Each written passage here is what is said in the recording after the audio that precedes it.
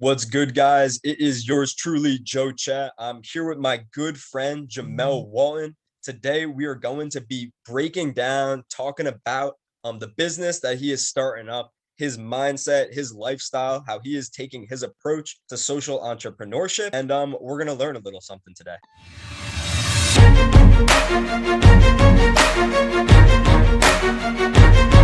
What's good, Jimmel? I guess first off, just tell us a little bit about yourself. Tell us where you're from. Tell us what you're passionate about. Tell us what you're doing. Yeah, What you got going on. cool, man. Yeah, heck yeah. So I'm from the South, dude, Georgia.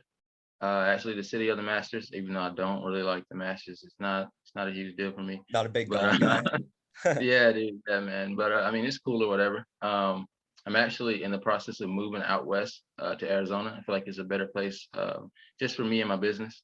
So that's kind of going on. 27. In school for civil engineering.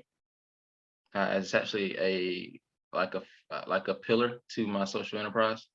It'll be just building and housing, water resources, that sort of thing. But in the meantime, right now, I'm just building financial assets for the social enterprise, i.e., I'm actually building an insurance business. I just think like insurance is something that's never going to go anywhere. It's over $1 trillion industry. I only need a small part to do what we're trying to do. It's easy. It's easy to get educated to do it. You can scale insurance businesses extremely easy. So it's just a good deal. Um, so yeah, dude, that's what I'm working on right now, is just an insurance business, getting that Yeah, situated. fire. What type of insurance again? Uh, So dude, there's so freaking many. I am doing like life, health, accident, like long-term care and like disability. So yeah, those sort of things. I'm my target market is like mainly older people. But then when you get into like mortgage protection, which is basically a life insurance policy that protects your mortgage, then it's mhm. kind of like all ages. You could be like 22 to 65. You know what I'm saying? Anyone with a house, really. Nah, yeah, for sure. So Yeah. just getting into the first question here. How important is creating a business plan for the business that you're going into and kind of taking that organizational approach? Um, Dude, it's maybe 80%. Like, you don't even have to have the innate ability to run a business, but you have to have a business plan. You know what I mean? Like, I feel like you, me, and a lot of other guys that we know, like, you kind of have this innate ability for enterprise, but like, that's cool. But I can have that and still fail with, without a business plan. You know what I mean? No, And the 100%. guy who doesn't have that gift can have a business plan and do a whole lot better than me. No, it's like entrepreneurs like have like a natural ability to do entrepreneurship, but it's Yeah, useless without that organizational plan on like knowing what you're going to be able to do each step of the way. Like I know yeah, like even with my first business Earth, I mean it's a nonprofit now, but I we found ourselves just treading so much more often than like moving forward and executing and like moving forward with like things and doing and executing and stuff. yeah. And so like it creating that business plan and kind of creating that model of like what exact problem are you going to solve and like what exact problem are you going to like or what solutions you're going to like create to solve that problem. You have to like almost write those down because it's like if you don't, you're going to like just not you're going to lose out. Oh no, yeah, absolutely, dude. Because you can have like, I mean, like for me, for example, I can have an insurance business and sell insurance, but like I'll just be all over the place. You know what I mean? Like I could actually make money well and still be all over the place and not have a concise goal or object that I'm going towards. And businesses like that, even if they make money, initially fail, because the business itself is its own separate entity. And so if it doesn't have what it needs to really sustain itself, man, it doesn't matter how good I am, how good you are, how good our team is, it's not gonna last. Exactly. It's like, and it's really like also like kind of knowing your numbers too, because like it's really like the obviously the idea behind your business is super important, your mission statement, like the problem you're trying to solve, but it's like are the numbers like lining up so like you can put people over profit because like you and like in social entrepreneurship, it's not like about like how much, I mean, it is about how much in business, it's always about how much money you're making, because money is the most important tool to be able to create more. Um, but it's like it's almost like what is your profitability margin? And you have to know that to be able to focus on the other things and like to focus on like where you are in your business. No, absolutely, man. Yeah, it will determine what you're able to do. I mean, you know what I mean? Like if I had a coffee business and I'm making 10 grand a month, I'm not going to try to sponsor, 12 people for their entire cost of living. You know what I Exactly. mean? Like Mhm, it's marginal to what I'm able to produce. for So, sure. So what are some of the challenges that you've come across in your first couple like months and years just going into it? oh dude, the business plan. Like really sitting down and saying, hey, this is my goal, this is my target market, this is the problem that I'm trying to solve, this is where I want to do it, this is how I want to market myself, this is how I want to do I want to market myself, do I want to market a brand, do I want to do both, do I want to partner with other businesses? All of these type of things really determine the kind of organism we got. You know what I'm saying? Like I got to know what tool I'm working with. You know what I'm saying? Like I want to know my business like I know my tools. Or it sounds, if you don't use tools, then that probably doesn't make sense to you. But But like you want to know your business like the back of your hand. Like it's that saying yeah, that yeah, like yeah, like in order to be able to like sell something to somebody, you have to know everything about that person before you target them. It's like creating that map of your target customer, then creating that like map of how you're going to approach them and creating your scripts behind that, and like just having everything completely like lined up so that like you're in the best situation for success. No, actually, I'm learning right now. But yeah, that's absolutely true, dude. Like, I don't want to go to people who need mortgage protection and offer them like long-term care. That's not working. You know what I'm saying? Mm, So, yeah. But as far as like the problems that I ran into, man, finding a good team, that's a process, dude. I wish that you could just kind of get the right people the first time and then it's just done. But it can be a slow crawl. Hopefully not. yeah. But it's definitely a process, dude. You really got to know what you're looking for and what your needs are as a company.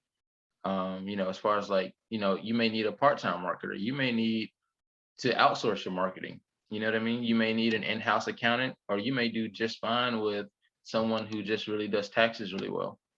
To It you know, exactly. There's so many different like options in each of the things. You could contract your accountant. You could hire in-house exactly like you said. You can get a family friend to do your just taxes for you. Like in the marketing side of things, like you were saying, you can get a consultant marketing agency. You can do the marketing yourself. Like you can yeah, hire a mentor or something like that. Like there's so many different, and it's like that's why I think creating the plan, that's why I almost started out with that point. I think creating the plan and like writing everything down and listing out every single one of those options, I think that's the key. I think that's like how we can take our businesses to the next level. I think that's how other people took their businesses to the next level, because they just looked at the opportunities in front of them and they actually like made decisions instead of just like being, because I know like a lot of entrepreneurs, I definitely do this myself, but like a problem will come across and like I'll just like not be motivated to like solve that problem. Like it's like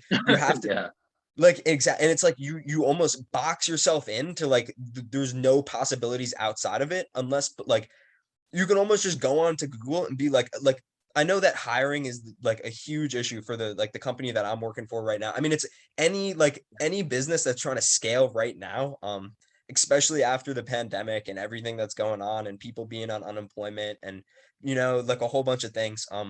But it's hard and it's really hard to find those people. But like it's just like you almost just have to keep grinding and just keep pushing and like keep yeah. finding different ways to approach. No, yeah, absolutely, dude. I'm 100% behind you. That is exactly how it works. Yeah. And so just getting into the next thing, what sparked your passion to start like in the insurance industry and stuff like that? I know you explained a little bit about that before. So low key 100%, bro, it wasn't even that big of a deal. Like honestly, insurance wasn't my thing. Again, like engineering is kind of like my wheelhouse. And really social application to engineering. I know a lot of engineering guys that are a whole lot smarter than me. They love the field actually more than I do. But I just love what I'm able to do with the field. So when I came across insurance, I was like, oh, I could make some money doing this. Because again, I'm not against capitalism. I think capitalism is dope. I just don't think I should make money, off of other people. You know what I mean? Like I feel like other people shouldn't be victimized for me to make profit. Exactly. So it's kind of Yeah. like what can I offer to people to actually help them, to like actually give Yeah. them an opportunity? And like honestly, like you were kind of explaining, it's kind of that like you're passionate about engineering, like and like but you can't go out and build 1,000 houses like right now. So it's like what is that like stepping stone to like get you to be able to like create more and be able to go out and actually chase what you're actually passionate about?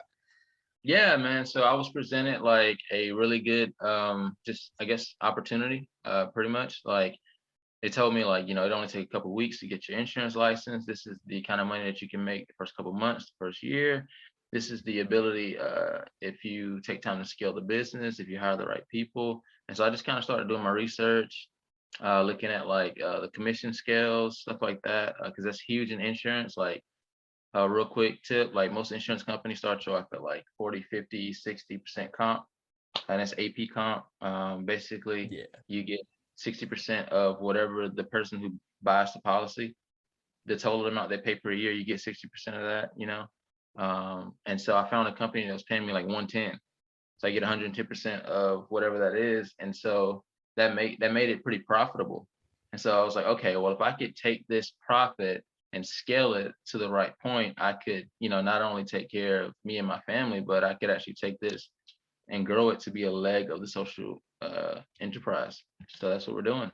Exactly. And it's kind of like I really kind of like how you're like the social enterprise. Like it's kind of the umbrella of like all the different ways that you're going to help people.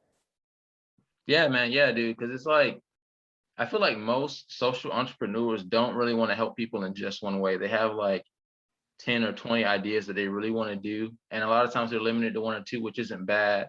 But if we can find creative ways to really express what's in our heart, then Yeah. it's a much better application.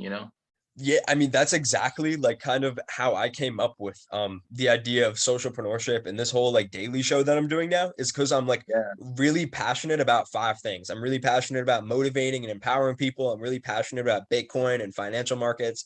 I'm really like that. passionate about social media and marketing. I'm really passionate about like real estate and creating opportunity in finance. And then I'm really passionate about social entrepreneurship.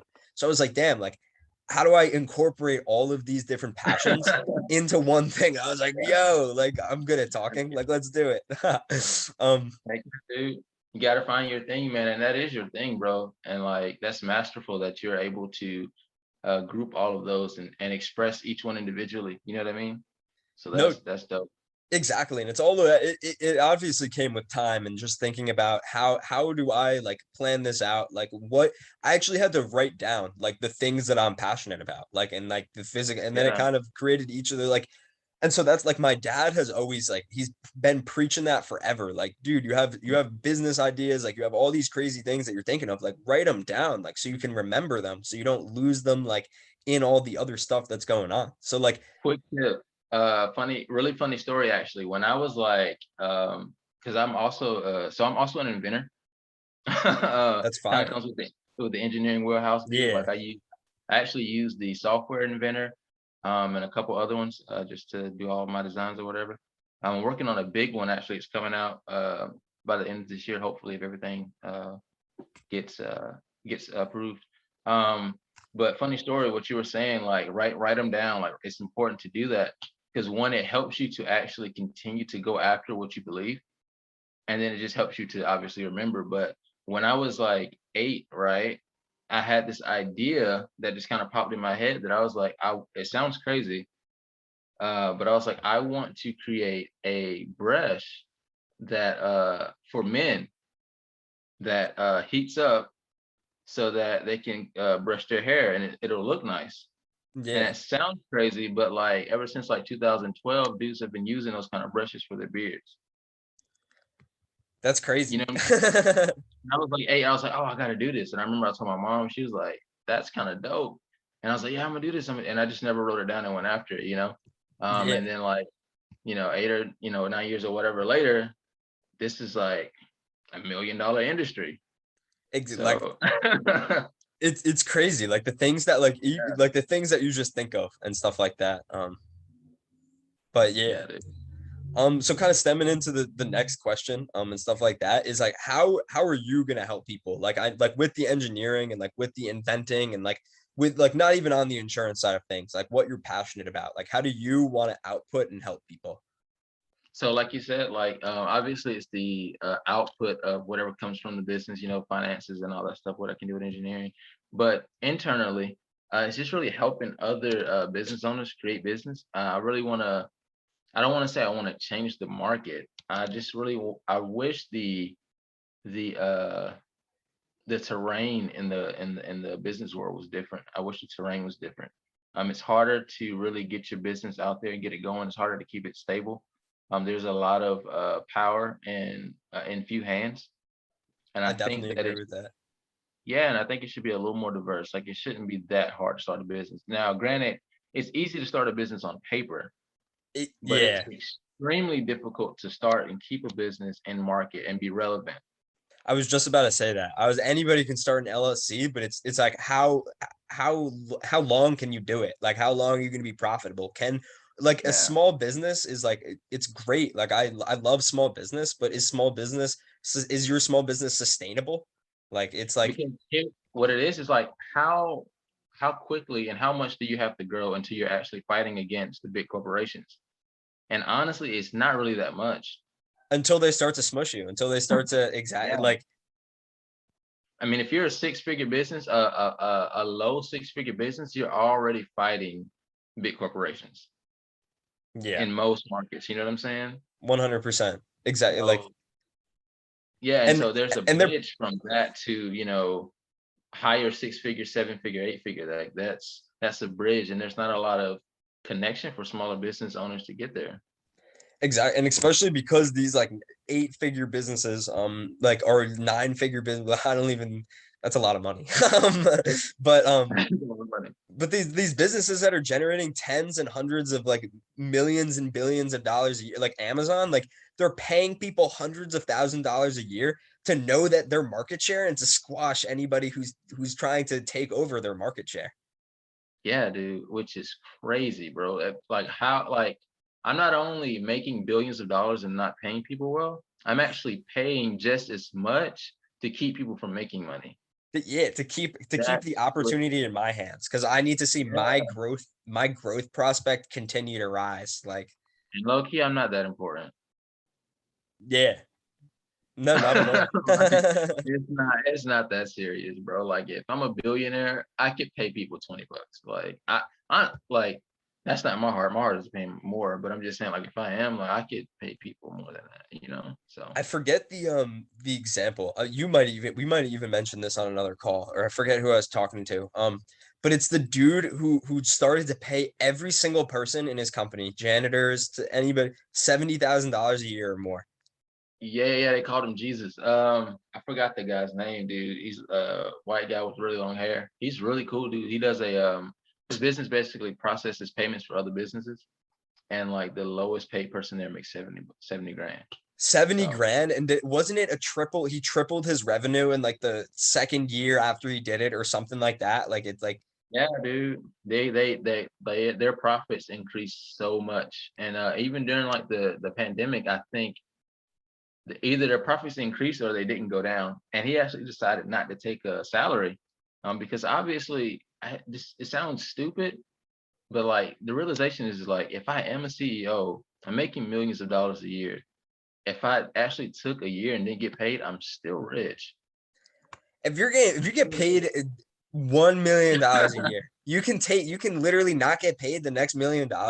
And it's creating that like atmosphere and like demographic in your workspace. It's like, yo, guys, like Yeah, this is here. Like, I'm not here to make $8 million a year. Like, I don't care about that. Okay. We're like, we're here to create a community and like evolve our thought process to create more and kind of create abundance and stuff like that. yeah, man, we're changing the culture of community. You know what I mean? Like businesses have a large part, and something I'm learning. They largely influence what community is like outside of the brick and mortar of their walls. You know what I mean? Like Wall Street is very different from agriculture. the culture of it. You know what I'm saying? Mm-hmm. And so, Yeah. like, if I have a bunch of businesses that are like pure capitalism in my area, that's a different type of job market, and therefore that's a different culture that's in my community. No, most definitely. It's a different type of person. Like that's gonna be like exactly like that in turn leads to that. Yeah, dude. 100%. So what are some tips that you got for entrepreneurs, for some business owners, that are trying to start their business and trying to get it off the ground? All right, real quick. Definitely business plan. Find out where your money's coming from. So you want to know, like, am I getting investors or am I gonna do credit? You want to make that decision quickly, because that's going to really help you to see what you need to do next. Any business owner, you kind of want to be holistic. You want to keep your options open. Make the decision, but keep your options open. So some of the things that you should do, just to make yourself more attractive to investors or to credit, is to get your website, get a business email, business phone, EIN number, your business license, all of that stuff, your name, all of that stuff, and just having that sort of suit or I guess those files really makes you a better target for getting your money.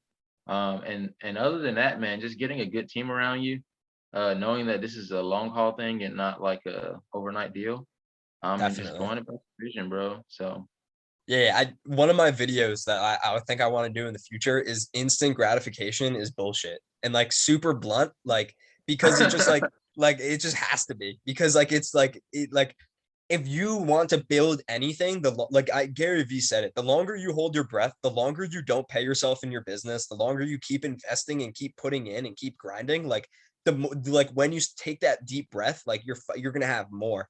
And so, like, if yeah. you hold your breath for 2 days, like you're gonna have nothing. You're gonna lose money. If you hold your breath for even a year, like you kind of have to have that like year plan, that 5 year plan, that 10 year plan. Like, and even like even just for like laugh's sake, like even a 25-year plan, like a 50-year plan, just so like you like can actually directionalize and envision that you can get there.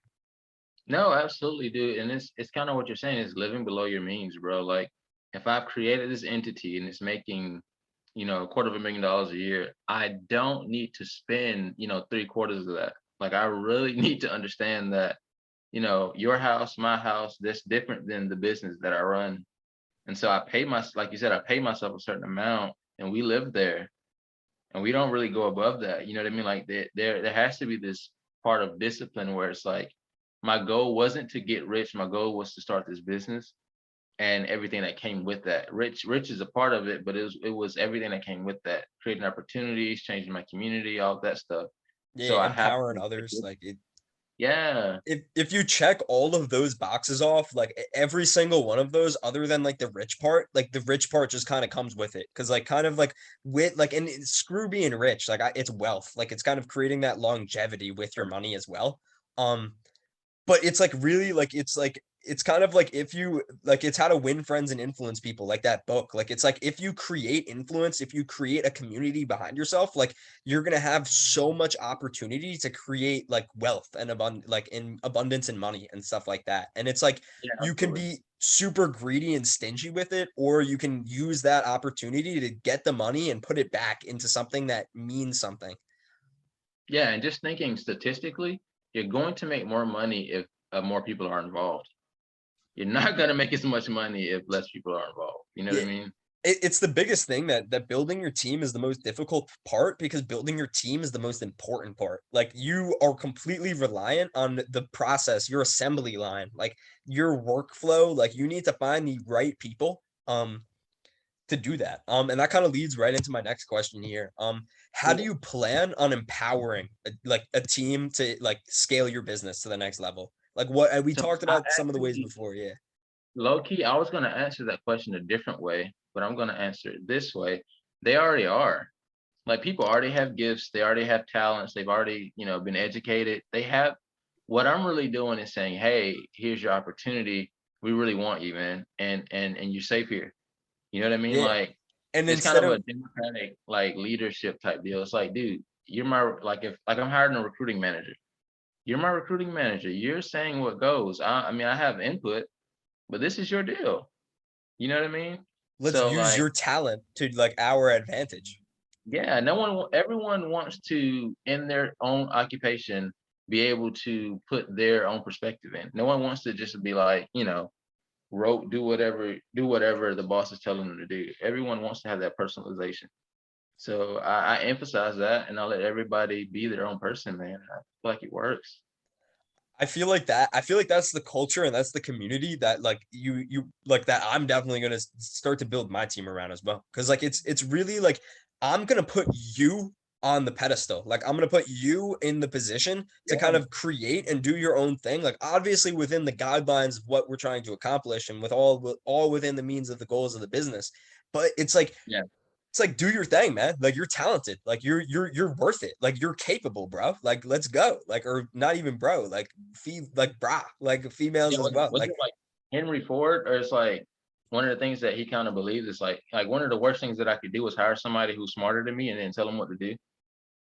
Like that would just be a dumb decision, you E- know? Elon Musk says it. He's like, I didn't go to Harvard and Stanford, but I sure hire people that do. Like, and like he Yeah, hires people. As business owners, as CEOs, as C-suite executives in companies, we need to just be empowering teams and kind of creating and organizing and like doing all of these things to just like make our teams more efficient and kind of yeah, like empower them and put them on the pedestal because like in at the end of the day the lowest level employees are doing the work that makes the money like they're yeah, dude, that is absolutely. Go ahead, but that's absolutely true. no, it's like the cashier at your local convenience store. Like, of course, somebody owns that store and somebody set up like the trucks to come and drop off the chips, but like you wouldn't be making shit if like your trucks weren't coming and if your truck drivers weren't driving your trucks, if your cashiers weren't cashing out the registers, if like you're doing all these things, like it's your assembly line for sure. Absolutely, man. That makes you the money. And then just so wrapping up, this is definitely one of my longest videos, but definitely one of my best interviews, Wow, definitely. bro. Have I Um, been super long-winded? nah, not at all. Cool, cool. Um, but just what are some of your other passions? Other than obviously like we know civil engineering, but like just some of your other passions, I guess. So, like, economically speaking, or just like stuff I like to do from time to time? Both. Probably one more economically, and then like you like playing soccer, like something along those lines. Okay. Like what Right, kind I'm of with you. keeps you going? Okay, yeah, I'm with you. So like social justice, even though that's a real you know, odd word nowadays, you know what I mean? Yeah, But I mean that more holistically. I'm black, obviously, but I'm not just talking about black people. I mean just people in general, obviously, like humanity. the whole yeah, yeah, the whole engineering thing isn't just to help black people, it's to help people that need it, man. You know, It in America, overseas, everywhere. So Exactly. I always like it's almost like it's not like a race thing at all. It's like a disparity of wealth thing. It's like there's yeah, people of all color that don't have the opportunity that people in other areas have. And so it's like how do we like make sure that each of these areas have equal opportunity for everybody involved? yeah, dude. I don't know if you believe this, man, but capitalism funds racism, bro. Like it's a way. If we didn't have such a big capitalism issue, racism wouldn't be as big of an issue. I definitely agree with that because capitalism kind of like leads toward that big business and that kind of like hand of power. Like I believe in like the Yeah, democratic system and kind of capitalism and kind of everybody creates equal and everybody votes.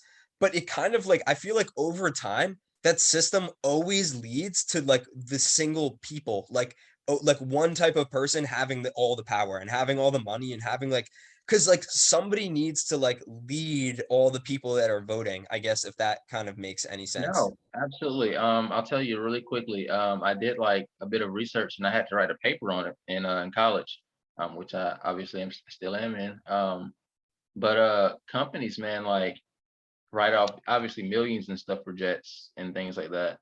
And it was like a small percent. If they stopped a small percentage of that, we could have like, like Medicaid, Medicare, and all that stuff. And I'm not even super big on government programs, but like as a middle class person, a blue collar person, a lot of the arguments that come from our community is like we're paying our taxes for like people who don't work and stuff like that. But it's actually the opposite. Like that's an issue, but the bigger issue is companies waste so much money. If they wasted a smaller, like just a little bit less, Yeah. all of that stuff would actually be taken care of.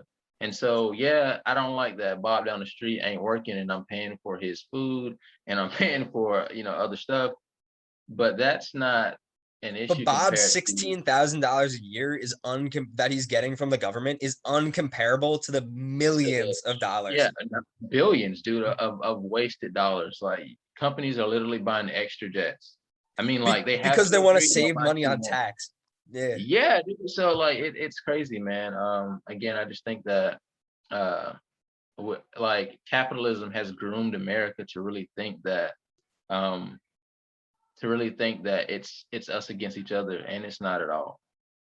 I was actually having a conversation. I was watching the finals game last night with my business partners from my nonprofit. But like Yeah, my one friend, like he was just talking, he was like kind of we weren't talking about that capitalism causes racism type deal, but it's kind of like each of those like target markets and stuff like in the fishing industry, like there's nonprofits that they're literally getting billions of dollars from people who are destroying the oceans and catching all the fish because like these nonprofits are only worried about them. Like it's like all right, like this nonprofit, like I'm going to mm, create a nonprofit for ocean conservancy, and so yeah, these tuna companies like want my label for my nonprofit on their cans. So they're going to pay me $10 billion a year to put my label on my cans, and they're going to throw me an extra $3 billion a year to hush hush about their malpractices. And like unfortunately, because we live in the capitalist society, I, the nonprofit owner, am only worried about my salary these days, and I'm only worried about my membership.